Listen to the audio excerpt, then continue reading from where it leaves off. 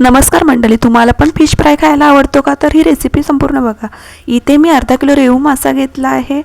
त्याला हळद, मीठ, लिंबू लावून छान मिक्स करून घेणार आहे.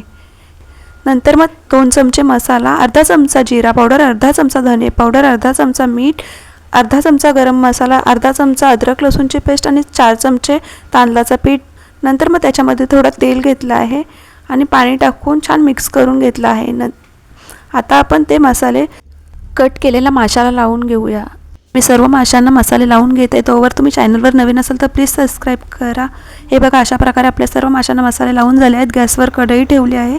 त्याच्यामध्ये आपण तेल घेऊया. नंतर कढीपत्ता टाकून घेऊया आणि नंतर आपण मसाले लावलेले मासे टाकून फ्राय करून घेऊया. मस्त त्यांना कुरकुरीत होईपर्यंत फ्राय करून घेऊया. अशा प्रकारे आपले फिश फ्राय करून झाले आहेत. त्यांना काढून घेऊया. रेसिपी आवडली तर लाईक करा आणि कमेंट करून नक्की सांगा रेसिपी कशी वाटली.